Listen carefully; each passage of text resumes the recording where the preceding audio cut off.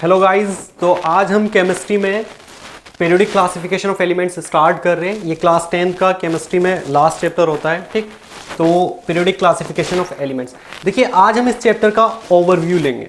Overview मतलब इसकी outlines, जो बाउंड्रीज है वो डिफाइन करेंगे, कहाँ से स्टार्ट होगा, कहाँ पर हमें इसे एंड करना है। और ये बहुत इंपॉर्टेंट होता है किसी भी चैप्टर का हमें समझना।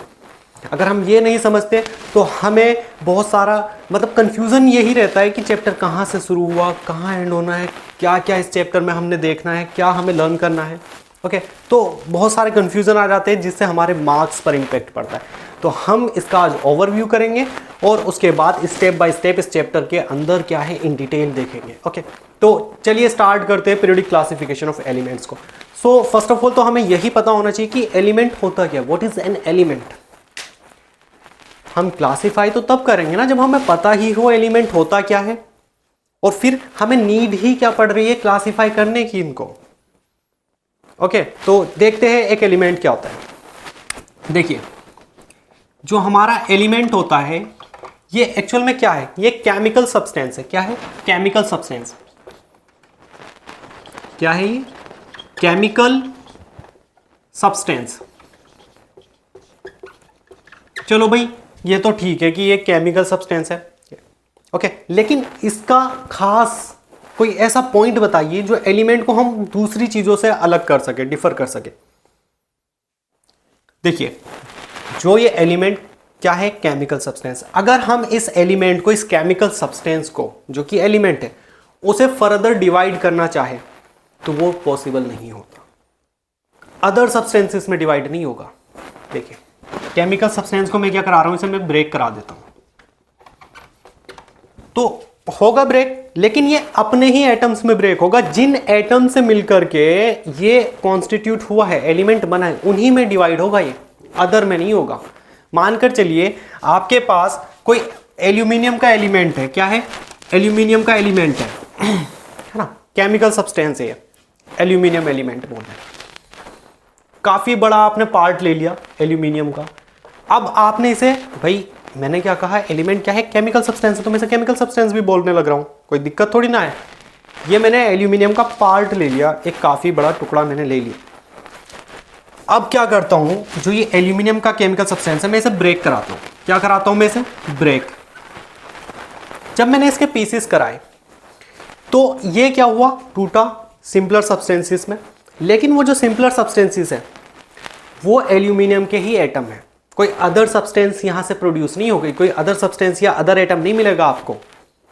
अगर एल्यूमिनियम का एलिमेंट है तो एल्यूमिनियम का एटम ही मिलेगा उसमें। आप जब उसे तोड़ेंगे, आप जब उसे ब्रेक करेंगे स्मॉल स्मॉल पीसेस में, तो आपको इसमें से एल्यूमिनियम एटम्स ही मिलेंगे। ओके, एल्यूमिनियम के एलिमेंट को क्यों मिलेंगे आपको एल्यूमिनियम के एटम? क्योंकि एलिमेंट कॉन्स्टिट्यूट ही एटम से मिलकर के होता है, और वो जो एटम्स होते हैं वो एक ही तरह के एटम्स होते हैं। यानी एल्यूमिनियम का एलिमेंट है तो एल्यूमिनियम के एटम से ही मिलकर के बना है। तो अब आप अगर एल्यूमिनियम के एलिमेंट को क्या कराते हैं, ब्रेक कराते हैं, तो क्या वो किसी अदर सब्सटेंस को देगा? नहीं देगा, वो एल्यूमिनियम एटम को ही देगा। ओके, वहां से आपको ऑक्सीजन एटम नहीं मिलने वाले। एल्यूमिनियम का अगर एलिमेंट है, उसे आप फर्दर डिवाइड करते हैं, उसके पार्ट को, जो आपने एलिमेंट का एक काफ़ी बड़ा टुकड़ा ले लिया, पार्ट ले लिया, उसे डिवाइड करते हैं, तो वो एल्यूमिनियम के एटम में ही डिवाइड होगा, ना कि ऑक्सीजन एटम आपको देगा। ठीक है, तो एक ही तरह के एटम से मिलकर के कॉन्स्टिट्यूट होते हैं एलिमेंट, और एक ही तरह के एटम में फर्दर डिवाइड होंगे जो कि उस पर्टिकुलर एलिमेंट के एटम होंगे। ओके, अब एक ही तरह के एटम, ये कैसे पता लगा? क्योंकि इस जो एटम का एटॉमिक नंबर होगा वो क्या होगा, 13 होगा। और जितने भी एटम्स में डिवाइड करें, मान लो थाउजेंड्स करोड़ ऑफ एटम्स में पीस टूटा, तो उन करोड़ ऑफ एटम्स के जो एटॉमिक नंबर होगा वो 13 ही आएगा। ओके, तो इससे हमें पता लगता है कि जो ये एलिमेंट हमारा एक केमिकल सब्सटेंस होता है, और ये ऐसा केमिकल सब्सटेंस होता है जो किसी अदर सब्सटेंस में ब्रेक नहीं हो सकता। अगर हुआ तो उसी के एटम देगा पर्टिकुलर एलिमेंट के। आई होप आपको एलिमेंट समझ में आया होगा, यानी एक ही तरह की आइडेंटिटी है। इस एलिमेंट को मैंने ब्रेक किया, इसमें से मुझे मिला एटम। अब जो एटम है इसका जो जितने भी एटम्स मिलेंगे भाई, तो उनके सबके एटॉमिक नंबर क्या होंगे? सेम एटॉमिक नंबर के साथ में, यानी सेम एटॉमिक नंबर्स होंगे इनके। देखिए एटॉमिक नंबर मतलब नंबर ऑफ प्रोटॉन्स, क्या होंगे इसमें, सेम नंबर ऑफ प्रोटॉन्स। जो प्रोटॉन्स होंगे वो हर एक एटम में सेम होंगे। ओके, आई होप अब आपको एलिमेंट क्लियर हो गया होगा, एलिमेंट होता क्या है। ओके, अब देखिए हमें इसे क्लासिफाई करने की नीड क्यों हुई। क्लासिफिकेशन ऑफ एलिमेंट लिखा हुआ है ना, चैप्टर की हेडिंग यही। तो क्लासिफाई करने की नीड इसलिए हुई क्योंकि ये जो इस तरह की जो केमिकल सब्सटेंस है वो टिल डेट डिस्कवर की जा चुकी है कि 118 है। कितने एलिमेंट्स है, कितनी इस तरह की केमिकल सब्सटेंस है जो एक ही तरह की आइडेंटिटी रखती है।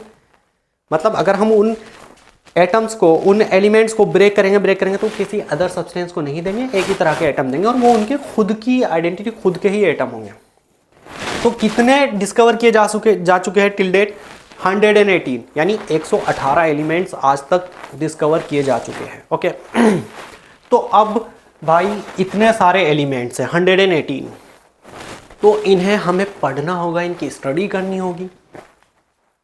तो इनकी स्टडी करना अलग अलग बहुत ज़्यादा क्या हो जाता है, डिफ़िकल्ट हो जाता है। भाई आपने एलिमेंट नंबर 1 की स्टडी कर ली, मैं इसे रब कर दूं फिर आगे बताता हूं।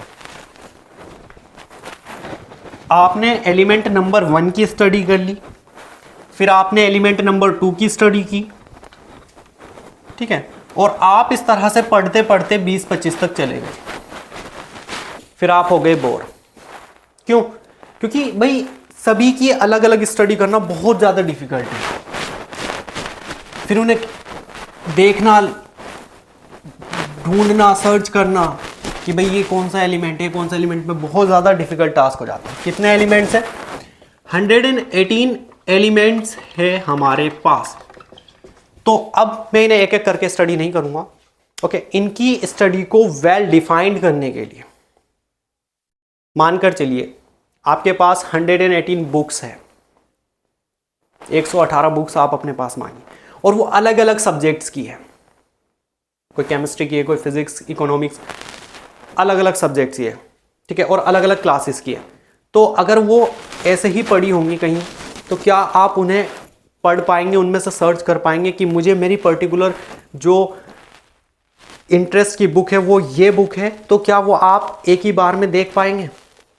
आपको काफ़ी टाइम लगेगा उनमें से देखने में कि कौन सी है। अगर वो एक ऑर्गेनाइज्ड वे में होंगी कि भाई इकोनॉमिक्स की स्लॉट एक तरफ है, आपका केमिस्ट्री स्लॉट एक तरफ है, आपका इसी तरह से physics, mathematics and English literature सब स्लॉट वाइज अलग अलग पड़े हुए हैं, तो आप उन्हें आसानी से अपनी इंटरेस्ट की बुक को ले पाएंगे और स्टडी कर पाएंगे। इसी तरह से ये एलिमेंट्स, अब 118 एलिमेंट्स हैं, अगर इन्हें हम कैटेगराइज कर दें, इन्हें हम स्लॉट्स में डिवाइड कर दें कि भाई ये कुछ खास एलिमेंट्स, यानी कुछ ग्रुप बना दे, कुछ कैटेगरी बना दे उनकी कि ये 7-8 एलिमेंट इस कैटेगरी में आते, 7-8 एलिमेंट इस कैटेगरी में आते, सिमिलरली 7-8 अलग, 7-8 अलग, और उन 7-8 की प्रॉपर्टीज़ मिलती जुलती है एक दूसरे से।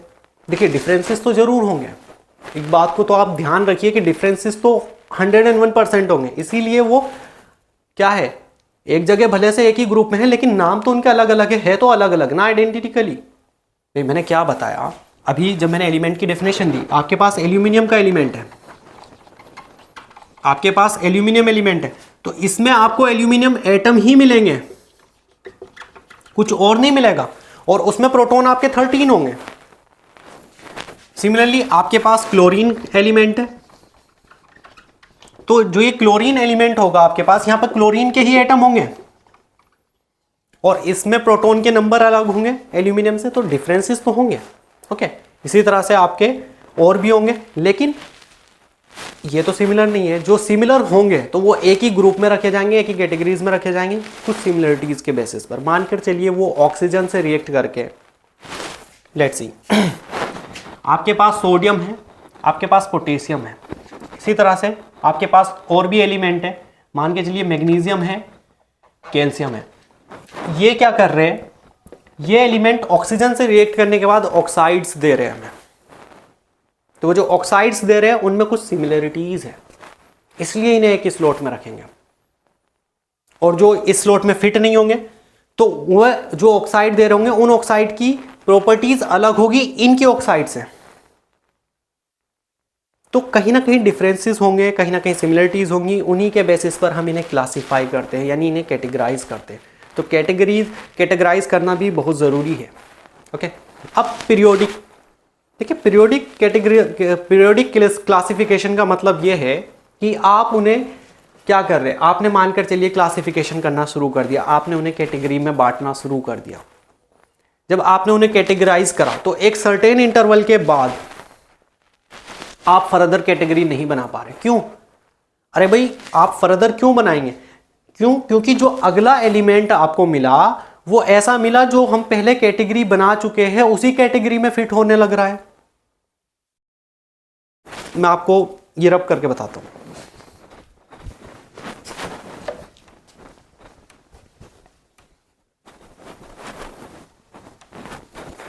मानकर चलिए आपने एलिमेंट, अभी मैं कोई एलिमेंट नहीं दिखा रहा आपको, यहाँ पे ऐसे लिख रहा हूँ।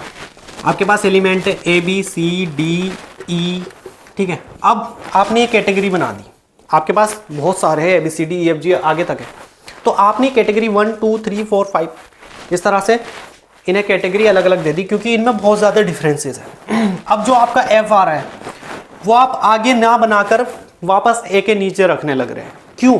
क्योंकि जो ये एफ है ये ए वाली प्रॉपर्टीज को फॉलो करता है, ए की मिलती जुलती प्रॉपर्टीज है इसमें। तो अब मैं इसकी अलग से कैटेगरी ना बनाकर इसी कैटेगरी में फिट कर दूंगा। सिमिलरली कोई एलिमेंट है, मानकर चलिए एक्स है, तो वो एक्स अगर बी के सिमिलर प्रॉपर्टीज दिखाने लग रहा है तो मैं इस एक्स के लिए कोई अलग कैटेगरी नहीं बनाऊंगा, इस बी में ही डाल दूंगा। तो ये होता है पीरियोडिक। क्या होता है? पीरियोडिक। क्योंकि एक पीरियड के बाद जो भी एलिमेंट आएगा वो पहले वाले को क्या करेगा? रिजेंबल करेगा, उसके जैसी प्रॉपर्टीज दिखाएगा, तो हम उसी कैटेगरी में रख देंगे। तो एक सर्टेन इंटरवल के बाद, एक सर्टेन पीरियड के बाद जो अगला एलिमेंट आएगा वो इसे दिखाएगा, तो इसी के स्लॉट में रख दूंगा। तो इस तरह से क्या होगा? हमारा पीरियोडिक क्लासिफिकेशन ऑफ एलिमेंट्स। अब ये सब करने के लिए कोई बोर्ड पे खड़ा नहीं हुआ और उसने कर दिया, ऐसा नहीं हुआ। एक प्रॉपर वे में अलग अलग डिफरेंट टाइम स्लॉट्स में साइंटिस्ट आते रहे और वो इन्हें क्लासिफिकेशन देते रहे। ठीक, अब किस तरह का क्लासिफिकेशन हुआ, किस लॉ के बेसिस पर हुआ, वो सब देखते हैं। थोड़ा सा ओवरव्यू लेते हैं, उसके बाद एक एक चीज़ को हम डिटेल में देखेंगे। मैं रब कर देता हूँ इसको। तो आई होप ये अभी कोई चैप्टर नहीं कराने लग रहा, मैंने सिर्फ आपको समझाने की कोशिश की कि जो पीरियोडिक क्लासिफिकेशन ऑफ एलिमेंट्स है इसका एक्चुअल मीनिंग क्या होता है। समझ आया तो अच्छी बात है, नहीं आया तो डिटेल में तो हम देखेंगे ही हर एक क्लासिफिकेशन को, वहां से जरूर आपकी समझ आएगा। ओके, चलिए देखिए, जो आपके ये एलिमेंट्स थे भाई 118 एलिमेंट्स हैं, इन्हें क्लासीफाई किया अलग अलग टाइम पीरियड में, अलग अलग साइंटिस्ट आए, ठीक है, उन्होंने इन्हें क्लासीफाई किया। ऐसा नहीं है कि जैसे आज हमें 118 एलिमेंट्स नॉन है, हम जानते हैं 118 है तो हमेशा से 118 है, नहीं। इनका टाइम टू टाइम क्या होते रहे, ये डिस्कवर होते रहे। जो अर्ली अटेम्प्ट्स थे उस टाइम पर ये बहुत कम थे, तो वहाँ से लेकर के आज तक कौन कौन साइंटिस्ट आए, अलग अलग साइंटिस्ट आए, कैसे क्या किस किस बेसिस पर उन्होंने क्लासिफिकेशन किया, सब देखते हैं। देखिए अर्ली अटेम्प्ट्स में आपके डोबेरिनियर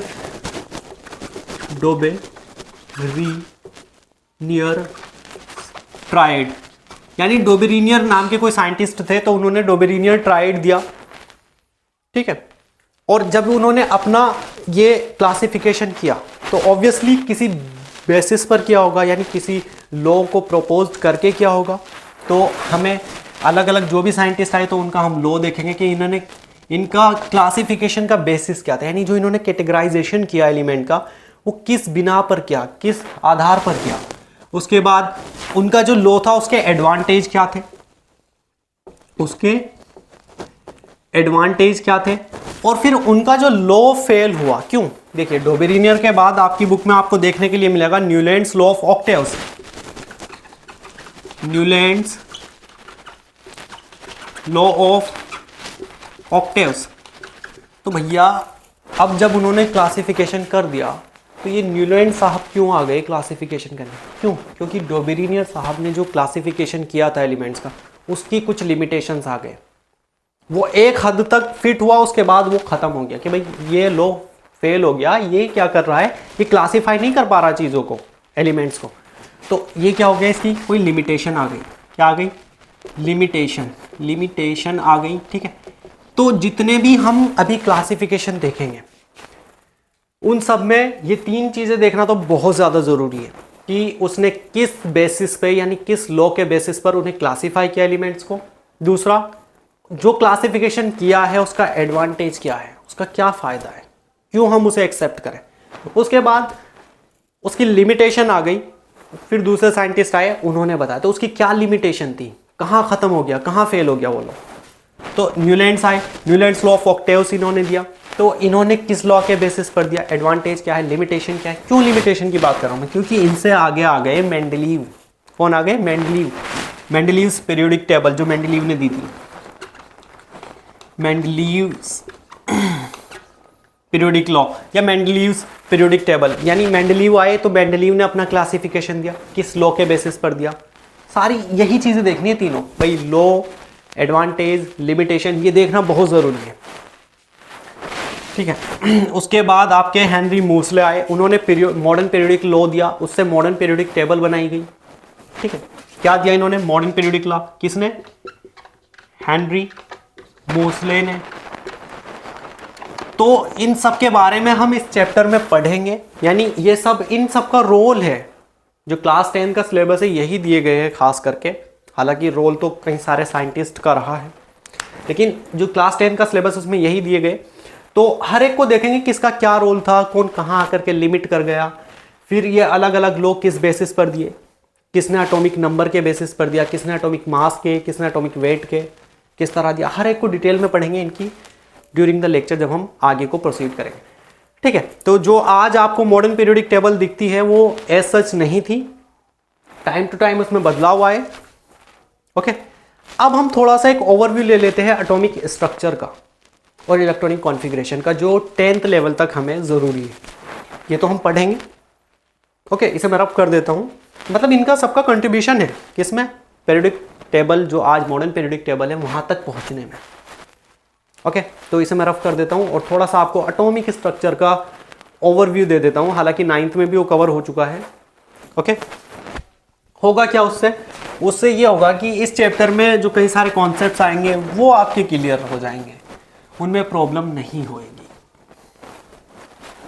जैसे मैंने अभी बताया कि भाई जो एलिमेंट है उसका बेसिक कॉन्स्टिट्यूएंट कौन है, एटम है, और एक एलिमेंट एक ही तरह के एटम से मिलकर के कॉन्स्टिट्यूट हुआ है, ठीक है। एक बात और बता देता हूँ मैं, जो हम कह रहे हैं कि 118 एलिमेंट्स है, तो 118 ही है अभी, मतलब आगे डिस्कवर हो जाए वो एक अलग बात है। आप 119 नहीं बता सकते अभी। क्यों नहीं बता सकते, देखिए जब आप एलिमेंट किसी भी स्ट्रक्चर को लेकर आएंगे, किसी भी केमिकल सब्सटेंस को, आप उसके जब बेसिक पार्ट तक उसे लेकर के जाएंगे ना, तो वो लास्ट स्टेज उसकी एटम आ जाएगी। अब जो वो एटम होगा उसमें number of proton in 118 element में से किसी से मैच करते हुए होंगे, और वो उस पर्टिकुलर एलिमेंट का क्या होगा, वो उस पर्टिकुलर एलिमेंट का ही केमिकल, मतलब वो जो केमिकल सब्सटेंस होगी वो दैट पर्टिकुलर एलिमेंट होगा। चलिए अब हम एक एटॉमिक स्ट्रक्चर का थोड़ा सा ओवरव्यू ले लेते हैं। एटॉमिक स्ट्रक्चर, देखिए हमारे पास कोई एक एटम है, उसके क्या होगा, उसका न्यूक्लियस होगा, ठीक है ना, और उसके चारों ओर ऑर्बिट्स होंगी। क्या होंगी, ऑर्बिट्स होंगी। अब आप देखिए ये जो न्यूक्लियस होता है इसका, ठीक, इसमें होते हैं आपके प्रोटॉन एंड न्यूट्रॉन। क्या होते हैं, प्रोटॉन एंड न्यूट्रॉन। इसे यहाँ मैं बता देता हूँ, P+N कर देता हूँ। इसमें आपका क्या होंगे, प्रोटॉन एंड न्यूट्रॉन। प्रोटॉन पर पॉजिटिव चार्ज होता है आपका, ठीक है, एटॉमिक नंबर प्रोटॉन के इक्वल होता है, ध्यान रखना। और जो न्यूट्रॉन है आपका ये न्यूट्रल होता है, लेकिन ये कहाँ होता है, न्यूक्लियस में ही होता है इसके। अब जो आपके जो इलेक्ट्रॉन्स होते हैं, वो इलेक्ट्रॉन्स आपकी इस तरह से कहाँ होते हैं, ऑर्बिट्स में होते हैं, 1 2 3 4 5 6 7 8, ठीक है। तो देखिए अब आपको मैं ये एटॉमिक स्ट्रक्चर क्यों बता रहा हूँ, थोड़ा बेसिक सा ओवरव्यू लेना है और कुछ नहीं। जो आपके न्यूट्रॉन और प्रोटॉन होते हैं वो होते हैं न्यूक्लियस में, ठीक। न्यूट्रल एंड पॉजिटिव चार्ज कहाँ होता है आपका, न्यूक्लियस में। अब जो आपके इलेक्ट्रॉन होते हैं जिन पर होता है आपका नेगेटिव चार्ज, ये होते हैं आपके ऑर्बिट्स में, यानी ये अंदर नहीं होते हैं न्यूक्लियस में, ये बाहर होते हैं। और इनसे क्या देते हैं आप, इनकी कॉन्फ़िगरेशन डिफाइन करनी पड़ती है हमें इनकी, जैसे हम इलेक्ट्रॉनिक कॉन्फ़िगरेशन देते हैं ना कि इलेक्ट्रॉन की कॉन्फ़िगरेशन बताइए कि इस पर्टिकुलर एलिमेंट के एटम में इलेक्ट्रॉनिक कॉन्फ़िगरेशन क्या है। तो वो सिर्फ इलेक्ट्रॉन के लिए डिफाइन क्यों है, क्योंकि भाई इलेक्ट्रॉन ही तो अलग अलग ऑर्बिट में जो है डिस्ट्रीब्यूट हुए हैं। आपका जो न्यूट्रॉन है, प्रोटॉन है, वो तो अंदर पड़े हैं, उनकी तो कॉन्फ़िगरेशन क्या है आपको पता ही है कि भाई अंदर है, न्यूक्लियस में। तो जो आपकी इलेक्ट्रॉनिक कॉन्फ़िगरेशन होती है वो इन्हीं के लिए डिफाइंड होती है कि भाई इलेक्ट्रॉन की कॉन्फ़िगरेशन बताइए। कभी प्रोटॉन की कॉन्फ़िगरेशन तो नहीं बताते ना आप, बताते तो इलेक्ट्रॉन की है। क्यों? क्योंकि इलेक्ट्रॉन आपके बाहर होते हैं, प्रोटॉन आपके अंदर। तो ये बेसिक सा आपको थोड़ा सा ओवरव्यू देना था। बहरहाल एटॉमिक स्ट्रक्चर क्या होता है और इन एटम से मिल मिल करके ही क्या बनता है, हमारा एलिमेंट बनता है। ये क्या है, एटम का स्ट्रक्चर। अब देखिए अलग अलग एटम का अलग अलग तरह से स्ट्रक्चर आप देखेंगे। क्यों देखेंगे? क्योंकि उसमें जो प्रोटॉन के नंबर है वो अलग अलग होते हैं। प्रोटॉन प्लस चार्ज कॉन्स्टिट्यूट करते हैं और इलेक्ट्रॉन माइनस चार्ज। और अगर वो एटम न्यूट्रल है तो उसमें क्या होंगे, आपके प्रोटॉन और इलेक्ट्रॉन इक्वल होंगे। मानकर चलिए इसमें कितने दिख रहे हैं आपको, 1 2 और कितने होंगे 8 एंड 2, कितने होंगे 2 8 10 और 2 12, यानी मैग्नीशियम का एटम है। किससे बताया आपने? इलेक्ट्रॉन को काउंट करके। और जो इसमें प्रोटॉन होंगे वो भी 12 ही होंगे अगर ये न्यूट्रल एटम है तो। ओके, चलिए देखते हैं। अब जो अलग एटम होगा उसके लिए अलग स्ट्रक्चर बनेगा। क्यों? क्योंकि उसमें इलेक्ट्रॉन के नंबर अलग होंगे। अब देखिए इनकी थोड़ी सी इलेक्ट्रॉनिक कॉन्फ़िगरेशन के बारे में मैं बता देता हूं आपको।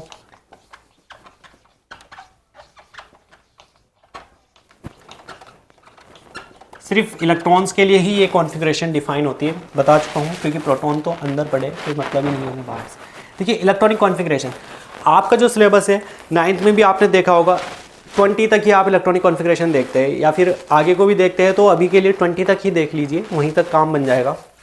क्या होता है इलेक्ट्रॉनिक कॉन्फ़िगरेशन? कि इलेक्ट्रॉन की, जो हमारे पास इलेक्ट्रॉन है उनकी पोजीशन बताते हैं कि भाई वो कहाँ कितने इलेक्ट्रॉन पड़े किस शेल में। जैसे कि ये शेल नंबर 1 2 3, ऑर्बिट नंबर 1 2 3, ठीक। KLMN, यानी इन्हें आप KLMN से भी डिफाइन कर सकते हैं, या फिर 1 2 3 इस तरह से नंबरिंग भी दे सकते हैं। 4। तो आपको सिर्फ इतना ध्यान रखना है, जो आपकी फर्स्ट ऑर्बिट होगी, फर्स्ट शेल होगी, उसमें आपके कितने इलेक्ट्रॉन आते हैं? 2। कितने आते हैं? 2। बाकी जितने भी होंगी सेल्स या ऑर्बिट्स, उनमें सब में 8 8 आएंगे। हमें उनका ऑक्टेट कंप्लीट करना होता है। मानकर चलिए आपके पास एल्यूमिनियम है, आपके पास कैल्शियम है, आपके पास नाइट्रोजन है। आपको इनकी इलेक्ट्रॉनिक कॉन्फ़िगरेशन बतानी है, इलेक्ट्रॉन की अरेंजमेंट पोजीशन बतानी है, इन एटम में कहाँ कहाँ कितने हैं किसके शेल में। तो सुनिए, एटॉमिक नंबर देखिए इनके। एटॉमिक नंबर ऑफ प्रोटॉन देता है, लेकिन न्यूट्रल एटम में number of electron, number of proton कैसे होते हैं? सेम होते हैं। इन पर कोई चार्ज दिख रहा है? चार्ज नहीं दिख रहा, तो ये कैसे हो गया न्यूट्रल? तो एटॉमिक नंबर ही इनके एटॉमिक इलेक्ट्रॉन इसके इलेक्ट्रॉन के इक्वल होंगे। एल्यूमिनियम में कितने होते हैं? 13। तो कैसे भरेंगे इन्हें? मैंने क्या कहा, स्टार्टिंग में 2 करिए, बाद में 8 करिए, बाद में 8 करिए। अगर 8 हो सकते हैं तो यहां हो सकते हैं, क्यों? यहां पर 13 है। 2 8 10 हो गए और 3, यानी फिर जितने रह जाए लास्ट वाली में उतने ही छोड़ दीजिए। कैल्शियम में कितना होता है? 20। 2 8 8 2, देखिए 2 स्टार्टिंग में तो 2 ही फिल करने हैं, बाद में 8 8 कितने हो गए? 18। अभी 2 बचे तो 2 ही करने पड़ेंगे। ओके। नाइट्रोजन कितना होता है? 7। कितने भरे जाएंगे? 2 और 5। देखिए यहाँ पर 8 भी नहीं हो पा रहा। क्यों? क्योंकि भैया उसमें है ही 7, तो 5 ही तो दिखाने पड़ेंगे। तो आई होप ये हल्का फुल्का सा आपको ओवरव्यू समझ आया होगा। हर एक लेक्चर को इन डिटेल बताएंगे हम, जो टॉपिक्स है ये सारे के सारे डिटेल में मैं आपको बताने जा रहा हूँ, ठीक है। तो अभी के लिए जो ओवरव्यू है इसे आप देखिए, रिपीट करके देखिए। फालतू इधर उधर के एग्जाम्पल लेकर के मैं आपको बताता तो सिर्फ कन्फ्यूज़न ही क्रिएट होता है। बेस्ट होगा कि आप टॉपिक को टॉपिक के हिसाब से समझें। ओके, तो आप इसको रिपीट करें, लेक्चर को समझने की कोशिश करें। हर एक चीज़ लिंक्ड है आपस में, ड्यूरिंग द चैप्टर आपको देखने को मिलेगा। तब तक के लिए पढ़ाई करते रहे। Thank you.